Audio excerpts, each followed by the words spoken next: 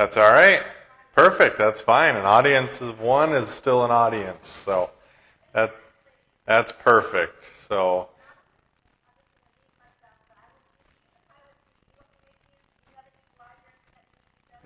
nope. We're just going to be chatting today. So thank you, though.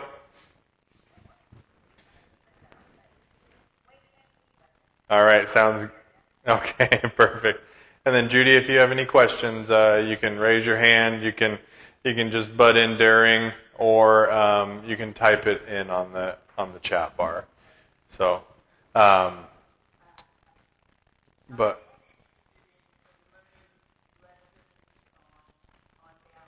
good. Okay.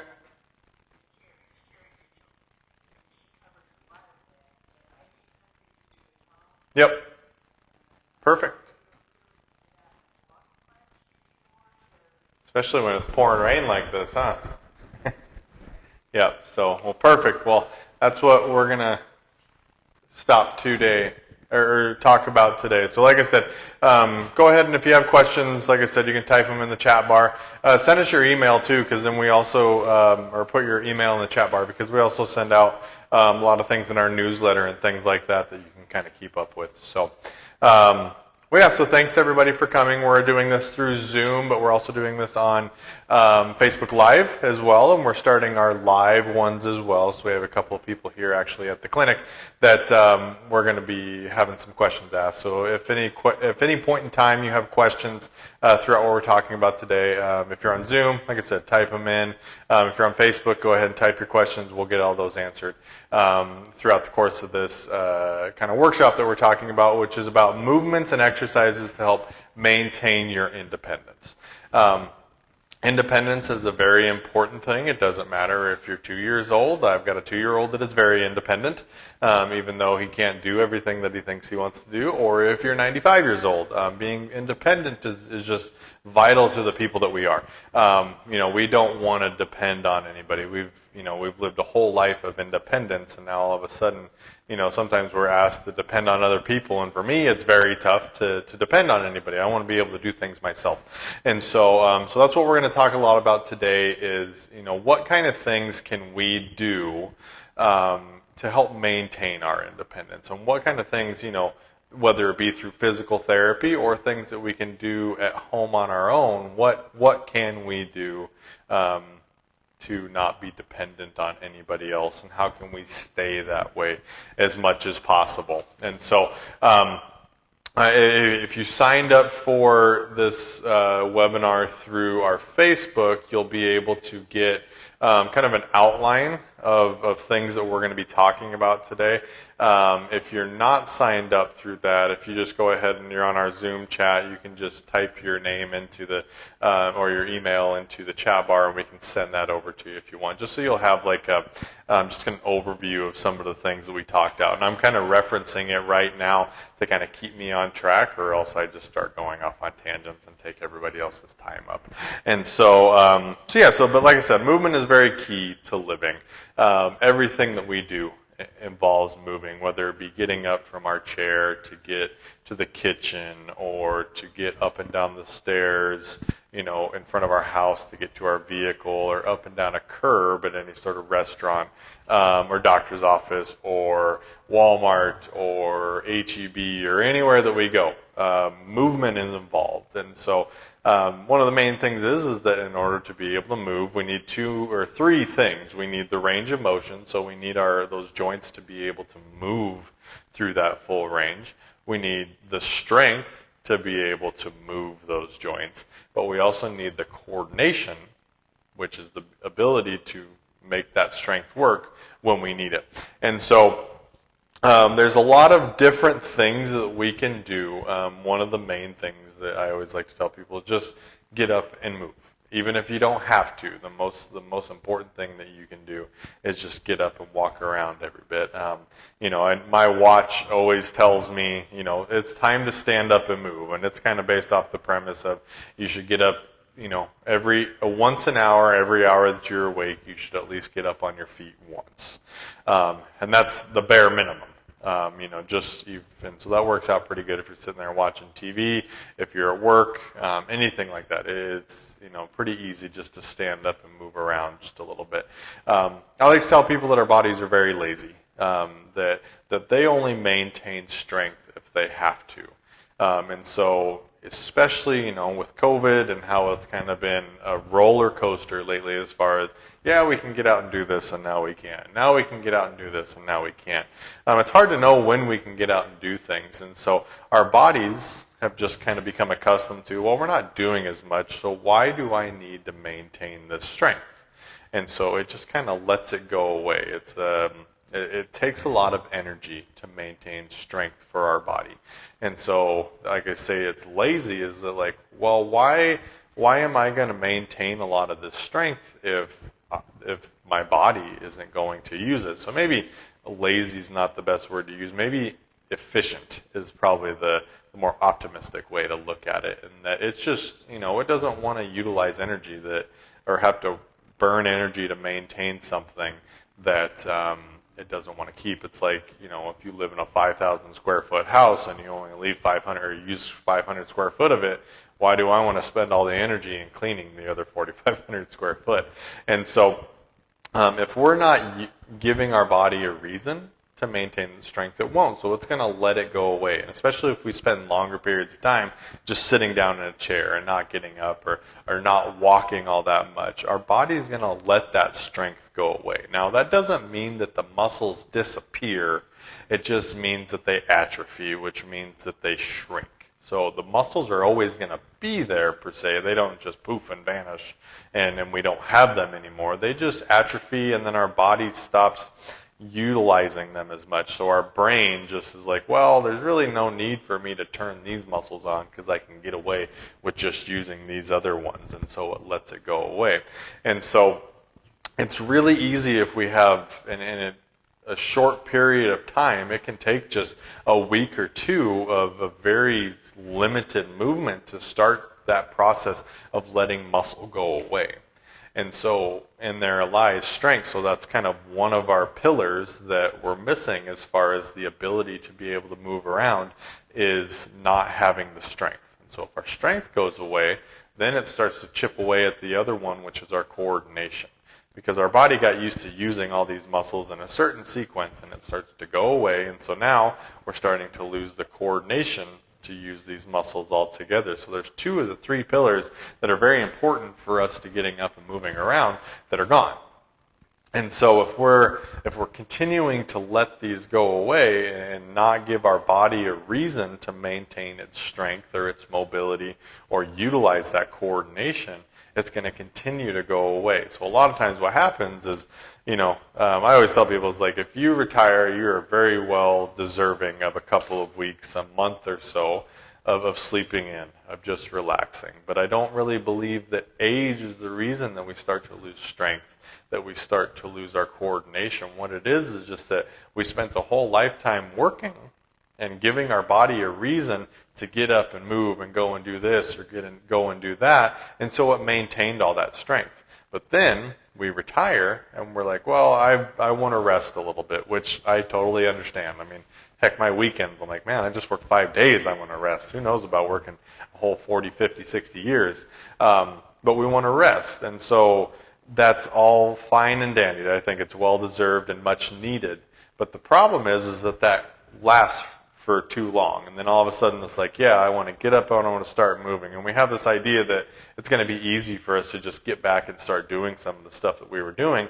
But we've let that strength and that range of motion and that coordination has started to deplete just a little bit. So it makes it harder. And you're like, you get up and you start doing this, you're like, ooh, maybe I should wait a few more days. Like, maybe I just need to rest a little bit more. And then all of a sudden you try it the next few days, and we've never, in that time that you were resting, you hadn't given your body a reason to maintain that. So it starts to go away. So it's going to be a little bit tough in order to get back into doing some of those things. And I think that's what starts to shy people away from continuing to maintain some of that strength as we go forward. And once we've lost it just a little bit, is because it gets harder, and we're like, well, maybe I just need another day, or maybe I'll just start next week, and we keep putting it off. And the only problem with that is that all of the things that led up to us not being able to do that continue to progress. And our strength continues to go away, and our coordination starts to go away. Now, once we lose those two and we're not using them as much, our range of motion is going to start to go down too, because our body isn't using, the full ability of our hips and our knees and our ankles to move around, or our shoulders or anything like that.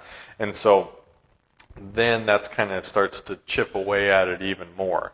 And then when we look at it even from like more of a systemic standpoint, is when we're not moving around as much, and when we're not pushing our body and pushing like our cardiovascular system, we can start to get a lot more cardiovascular issues like cardiovascular disease and things like that. So it kind of starts this cascade of things that we don't want to happen. Now, it's not to say that it's always going to lead to something like this. It's just increasing the risk for having some issues like that. And so the nice thing is, I read this the other day, is the closest thing that we have to a miracle drug at this point in time is movement and exercise. That if we can continue to move, we're going to continue to help build our strength up. We're going to continue to help maintain our cardiovascular health and endurance. And we're not going to have the risk for as many of these issues going forward as we would if we weren't doing anything. And again, I don't really believe that age is the issue, because it's the Olympics time right now, which isn't necessarily, there's definitely some older athletes that are participating, but there's studies of I think he's an 80 or a 90-year-old male that is doing or had done triathletes, and they did MRIs, and his muscles looked the same as somebody that was in their 30s. And I think the only difference between him and a lot of other people is he just continued training, and he was able to maintain that muscle. And so if you've lost the muscle, that doesn't mean that it's going to come back. Like I said, it's always there. It's just atrophied, meaning that it's reduced in size. Now, we can always, the opposite of that is hypertrophy, which is to grow it. And everybody has that ability to hypertrophy. I always tell people, unless you have an autoimmune disease, your body is going to react and get stronger if we train it in the right way. And so that's, there's a lot of different ways to go about getting the strength back. I mean, if anybody were to say, well, yeah, I need to go get stronger, what's your main thought?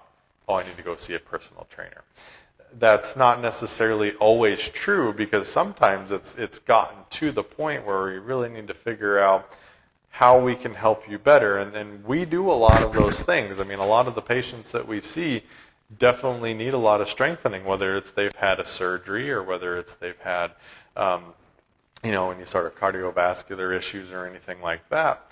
Majority of the patients that we see need some continued strength. And so as physical therapists, that's one of our main goals is, once we're helping you with your mobility, is to help maintain that strength so you can maintain that mobility as we go along. And so, like I said, so we're talking about like what our main causes of weakness are, and one of them is just prolonged periods of immobility, just not getting up and not getting and going and doing things. And again, that kind of plays into the decreased frequency of the movement is another thing that I like to, meaning that we're not doing these movements over and over again. And it's just like, if I only have to get up in my house 4 times a day, and my body is going to do all that it takes to be able to just make sure you can do it 4 times. Even if that 4th time is the hardest thing that you feel like you have to do in the course of the day, your body's like, well, I achieved everything I needed to do. Why do I need to make a change? And so I tell people, our body is always reacting to the stimulus or whatever we're giving it to adapt to how much strength that it needs. And so if we're not constantly moving, I would say more than what we truly need, we're never going to get stronger.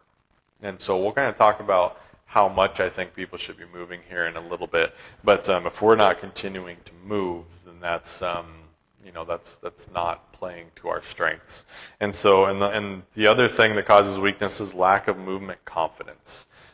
When you're not confident in your ability to get up by yourself, or you're not confident in your ability to walk to your bedroom or walk up and down stairs or be able to go outside. Once you're not confident in doing that, you're not going to do that as much. And so there's studies out there that show that the more afraid or the less confident you are in doing something, the higher your risk for an adverse event is. And so if we can start to decrease the amount of time that we aren't moving, increase the amount of time that we are moving, we're going to start to improve our confidence and just feel more comfortable with getting up and moving around. And so, because a lot of the patients that walk through our door, they're just afraid to do some of these things because of the risk of falling. And it's like at that point, the cons are outweighing the pros of getting up and moving. And that's what, especially with physical therapy, is what we're looking at. Is like, all right, well, first we want to alter some of the things that you're doing. We want to make sure that you can do things easier and that you can feel more safe with them. That's not where our focus ends, though. Our next focus is to help to progress you to reach the max capacity of what you're able to do. And so a lot of times I use an example as maybe we'll have you use a walker, maybe we have you use a cane to start off with, and that's to help improve your confidence, make you feel like, okay, yeah, I can definitely walk there if I have a little bit of assistance. It's not from somebody else. It's still, just like a stick on the ground or something like that, but that's not where we stop. It's not like, well, you just have to use a cane forever. I still go through this notion is like that we want to start to improve or increase that frequency of moving without a cane. So we just want to make sure that we're doing it in a controlled environment, a safe environment, so that way you're going to be able to feel confident in doing what you want to do. So some of the common impairments that we see with our patients that haven't been moving nearly as much, knee problems are knee and back problems are some of the main issues that we see the most with. Is that, if you're getting up and you don't have good strength in your back, or you don't have good strength in your hips or your knees, we tend to see a lot of the stress get placed either in the knee or into your lower back. And especially if we don't have that ability to coordinate those movements or to create that strength, then we can have some problems that come in with our knees. And it's not always pain. It could just be some movement deficits and decrease in what we call the efficiency of your movement. So you're actually having to work harder to do the things that you want to do based off the way that you're doing. Sometimes we can just alter how you're moving, and we can start to get your body to get more muscles to coordinate together to make that movement actually seem a lot easier, just because we have more strength moving in with less, or I wouldn't say with less amount of need, but they're not having to work to their max capacity because everybody's doing their own job. But we spend a lot of time talking about like legs and mobility, getting around there. But we also think about like our shoulders and our ability to reach up to the top of the cabinet, because we get a lot of people in here that they reach up about this high and that's it. So for the most part, that renders the top two shelves of your cabinets useless unless you get up onto a step. But if you're having issues moving around, the last thing you're going to want to do is get up onto a step stool to climb all the way up to the top, to reach up and grab something and climb on down. And so again, whether it's moving with your legs or your hips or your shoulders, it all comes down to those main three things that cause weakness that we want to try to help. Glass or any sort of cup for coffee or anything like that. We need to be doing that more. So just that one time is going to be easy. And then we also need to just decrease how much, I guess we need to increase the frequency of how many times we're trying to do this. And so, but again, another thing with lack of movement can become headaches. We get a lot of people that, some people in my family as well, is that they're not, now they're starting to get stuck behind a desk, and all of a sudden, they're reducing their movement, and so we're starting to develop some tightnesses and some weaknesses elsewhere that is causing a lot of stress to get into our neck and causing a lot of problems there. And so, yeah, we get a lot of issues around there, and so we can start to cause a lot of headaches. And so before I keep going, any questions on that?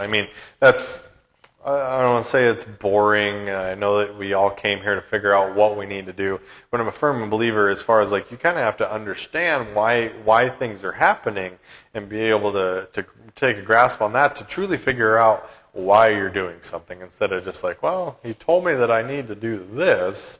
I don't know why, but he said I need to do this. And so if anybody has any questions, again, you can speak up on Zoom. You can type them into our chat bar. So. Yep. So why physical therapy? Why not just go outside and walk? What makes physical therapy the better choice? Okay. So if you didn't hear, her question was about why should you come to physical therapy to address some of these issues instead of just going out and getting up and walking on your own or doing some of these things. And so safety, can be one of those issues. But again, it's like sometimes if you're using things incorrectly, we can start to cause stress elsewhere. And it's like, all right, I need to get up and walk, or I need to get up and start doing some things on my own. So you get up and start doing it, but the reason you haven't been doing it is because you're feeling weak, and that weakness can lead to some movement deficits or not moving as efficiently as we feel like we should be moving. And so that can start to cause a lot of stress to be placed on certain areas, and especially, like I said, into our hips or into our knees or into our back. And so, and if you start to develop that, then all of a sudden you're like, well, maybe I shouldn't be doing that. And then so you sit down a little bit more, and then that starts that cascade over and over again. So when you come to physical therapy, even if it isn't just you don't have to come to physical therapy only if you have pain. If you're having difficulties getting up and doing some of the things that you do, or you're feeling like your independence is decreasing, or you can't do the things that you've been able to do before, that's a good indicator that you can come to physical therapy. I mean, with Texas, you can come to physical therapy without any sort of a referral. It's called direct access. And so that means that you don't have to go and wait 2 weeks or 3 weeks to see your physician before you can get an order for physical therapy. And I mean, that just kind of adds into that cascade again. It's like, oh, I went and saw my doctor, or I'm going to see my doctor, but it's 3 weeks from now. I was like, well, okay, so that's another 3 weeks of inactivity before we start to get going. And so you can come and see us, and then we can get in touch with your doctor, and sometimes even eliminate the need for you to go and see them based off of our evaluation and what we send to the doctor. And so that can be an indicator for coming to physical therapy, is just to help strengthen yourself, to get back to doing the things that you want to do, because there's also a pretty good correlation with the lack of independence about the more health care that you actually need. Again, because it adds into more cardiovascular issues, more metabolic issues and things like that, that if we're not getting up and doing the things that we have been doing, or meeting a standard level of activity that's set through what's called the American College of Sports Medicine, there is a higher risk of having cardiovascular disease or metabolic disease or anything like that. So does that kind of answer your question? Yes, thank you. Perfect. Anybody else have any questions before we kind of get going? All righty. So that was, again, the next thing that I was going to, what can physical therapy do to help for my independence? And the main thing is to help improve strength and coordination. And when I talk about coordination, that kind of goes hand in hand with balance too. To me, I'm not as ortho or as neurologically inclined as far as what my specialty is as some of the other physicians or doctors that we have in the clinic, of some of our doctors of physical therapy. But in my scope of things, I see strength is balance as coordinated strength, meaning that we're using all this strength that we have, these muscles' abilities to contract and hold us into a position that we want to be, as our nervous system coordinating that strength. And so, but whether it be, our getting a stronger nervous system too, you can see it in a bunch of different ways, but I use it interchangeably, as I think that balance is the ability to control that strength and make it do what we need to do. But also another thing that we can do with physical therapy is help to figure out alternative ways for you to be able to do things safely, and then we can progress them to help improve your independence. And so that's another reason why, with physical therapy is like, all right, our goal is to figure out how you can do things on your own. Even if that means getting a little bit of help from an assistive device or doing things a different way than you're normally used to doing them.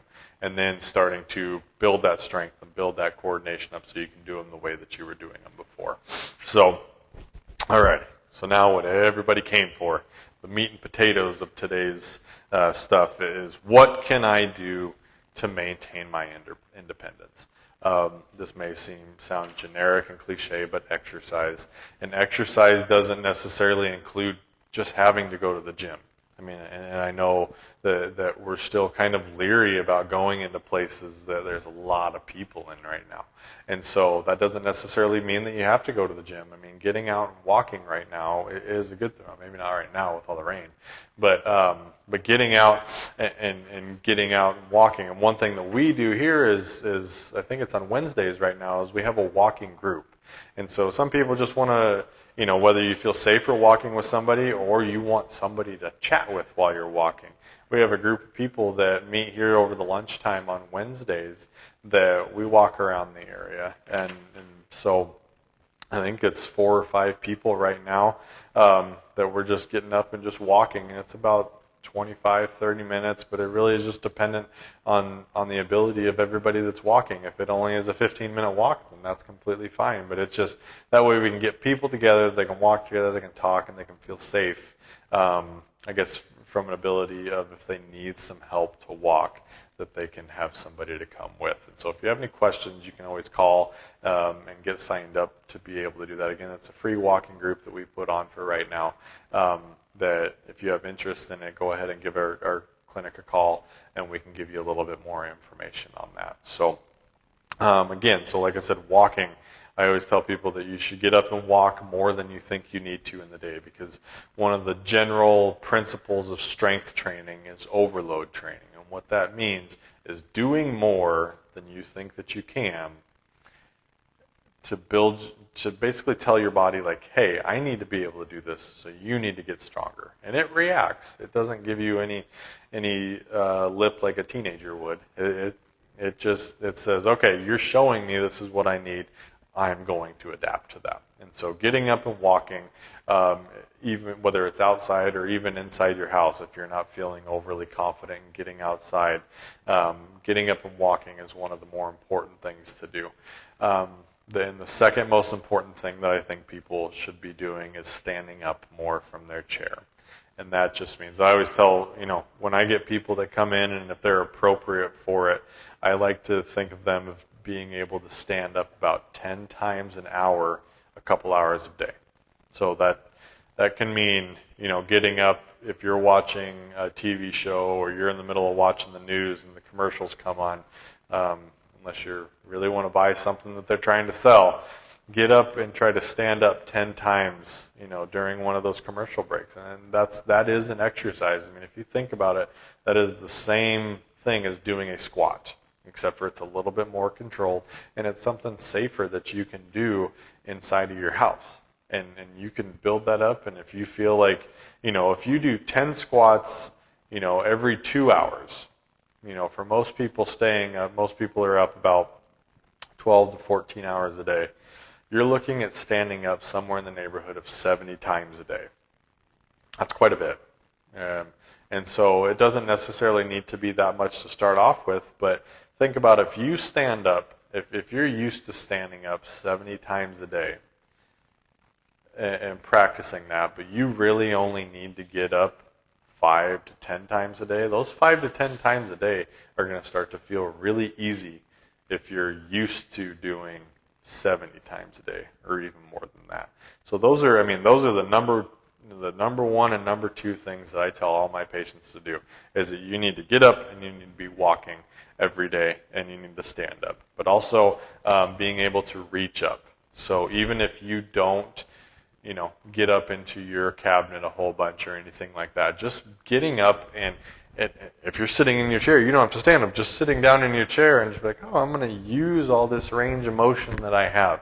A lot of times our shoulders, and not just our shoulders, I use that as an example of what we were just doing, but just our joints in general feel really stiff if we don't get to moving around. And so that, from a physiological level, it helps to improve the amount of fluid that's moving around in there, get more nutrients into that joint, and also to help get rid of some of the cell waste. I mean, every cell in our body produces some sort of metabolic waste, and so the best thing that we can do is keep our body moving to help get some of that waste out. And so, like I said, being able just to reach up over your head multiple times, even if it's just sitting in your chair and doing this. Again, I always use commercials, but sometimes there's never anything good on TV to watch, so then just do it then too. But then it's even just going over and, all right, now I'm going to just reach up into my cabinet and start grabbing things out of there, because now that's, even though we don't think about it, our arm weighs something, and we need to have the strength to be able to move that around. And then if we add a little cup that we're grabbing onto there, if we haven't been doing that all that much, that's going to feel very heavy. And we get plenty of people that walk through our doors that when they come in, they can't reach their arm out over here. And all of a sudden, we've worked with them and they're reaching their arm up over their head, but then I give them a 1 pound weight and they're like, oh my gosh, that is very heavy. And it's just because your muscles haven't been used to working and reaching up that high and using that range of motion with that amount of weight that it feels heavy. And so again, that moves back to strength, coordination, and then doing it more and more so we build that strength up. And again, one of the other things is just use the full range of motion. Even if you very rarely have to bend your knee all the way or ever really reach up over your head, it's important to just keep moving with moving through those full range of motions. And so there's a lot of programs that, especially for warm-ups and stretches, they just work on reaching up overhead, and that's, it can be a good exercise. Once you're strong enough to lift this up, this isn't going to get you any stronger if you're used to doing this. But if it's hard to do, the more you do it, the stronger you'll get up to a certain point. But it also just helps to use that range of motion so we feel comfortable with it. And so the last thing that I always end with is don't let a campfire turn into a wildfire. And I just mean that if you're having issues now, that go and get them addressed. If you're having issues getting up and moving around, if you feel like your balance isn't where it should be, it probably isn't. You know your body better than anybody else, and if you're to that point where you're like, I can't do the things that I wanted to do, it's better to get them taken care of now. Because let's just say if you're feeling unsteady on your feet and you don't feel like you can get up and move around like you once did, the chances of an adverse risk like a fall or injury or anything like that go up. And so this is just my opinion, but if we were to work on your balance right now, that would be better than trying to work on your balance after you've had a fall. Because the number one predictor for a fall is a previous fall. Okay, and so if you've fallen once, your chances of falling again are significantly increased.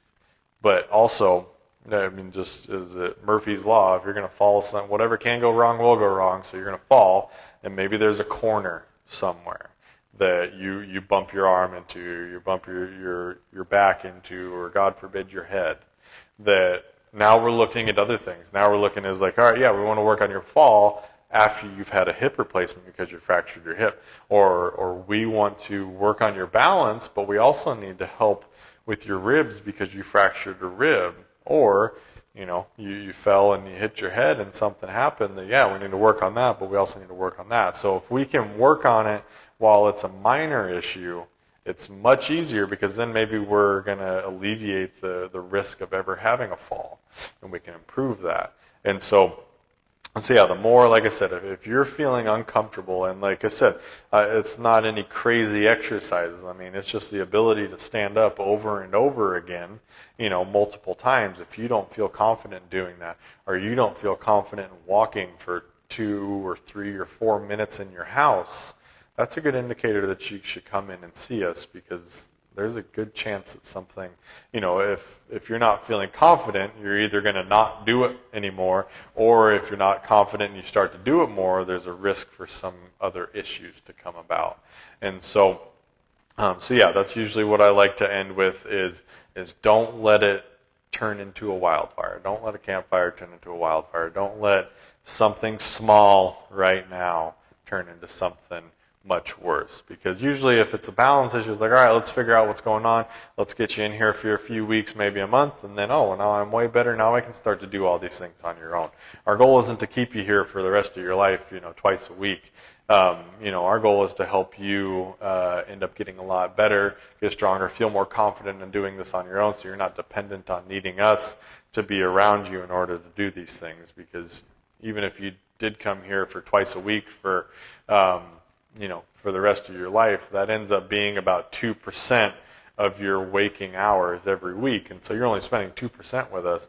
We need to make sure that we're giving you things that you can do on your own to continue to keep doing this and continue to help progressing. So any questions on any of that? Like I said, I know it may seem like overly basic, and maybe we were looking for some more advanced exercises, and I've got plenty of advanced exercises for you if you want them. But we need to get the elements down. We need to get the foundations down, and that really does include walking and standing up and being able to use our full range of motion. And that's why, if you're having an issue, I can't just say like everybody's problem is this, because that's what we do in our evaluation, is we figure out, oh, well, this is what your problem is, as far as, this is the deficit, this is the strength, this is our problem with balance. Now we can really fine tailor something to you. And so that's why if you come in and get an evaluation with us, that's where it's just like, yeah, we can definitely figure out this is what we really need to be working on. It's not necessarily, as much of a shotgun approach. It's like, try this, try this, try this. It's like, this is the problem. This is what we need to work on. This is what you need to be doing at home. This is how we're going to progress it. And then in, 4 to 6 weeks or however long we decide that we need to be working with you with, at that point in time, that's our goal, is to make sure that getting up and moving around and doing all these things is easy, but you feel very confident with it. So does anybody have any other questions at all?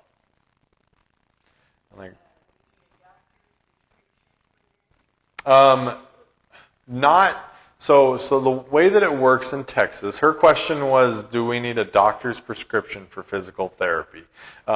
Yes and no. So I would say it's complicated.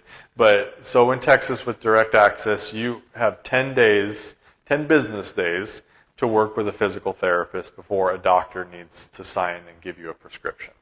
That's where I was saying is you don't need to go see the physician to come and see us.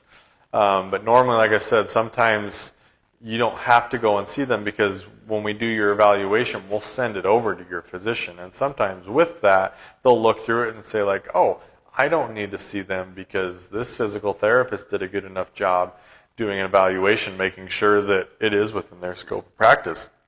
And it's not anything systemic, that I'll just sign this off, and then that becomes the prescription.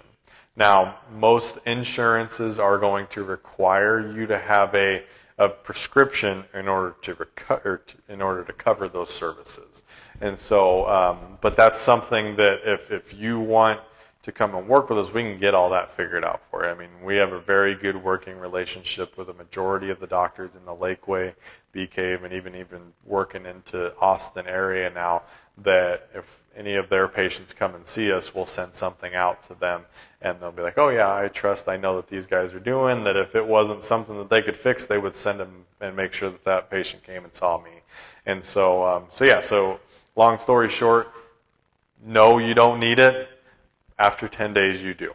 But like I said, there's things that our front office staff is really good about communicating with them, and that we can get all that set up for you, okay? You're welcome. So, any questions from anybody else? Alrighty. Well, I appreciate your guys' time. Again, if you have any questions, or if you want the outline of the things that we talked to today, go ahead and put your name in the or your email in the chat bar, or you definitely follow us on Facebook. And again, if you put your name in the chat bar, we can get you our newsletter every month. We kind of come out with some good tips. This month is all about back to school stuff. And so we want to give out some good tips about getting back to school and keeping kids and parents staying healthy. But also definitely give our website a visit, give our Facebook a visit. We're constantly putting up new things for everybody to be looking at, answering questions on Facebook that maybe you might have had that you just haven't been able to ask anybody. Sometimes we have videos of questions that people ask and things like that. So, but yeah, again, I appreciate everybody's time. Thanks for meeting with us, and look forward to talking with you guys again soon. Hey, no problem. Thank you guys. Have a good rest of your day. Bye.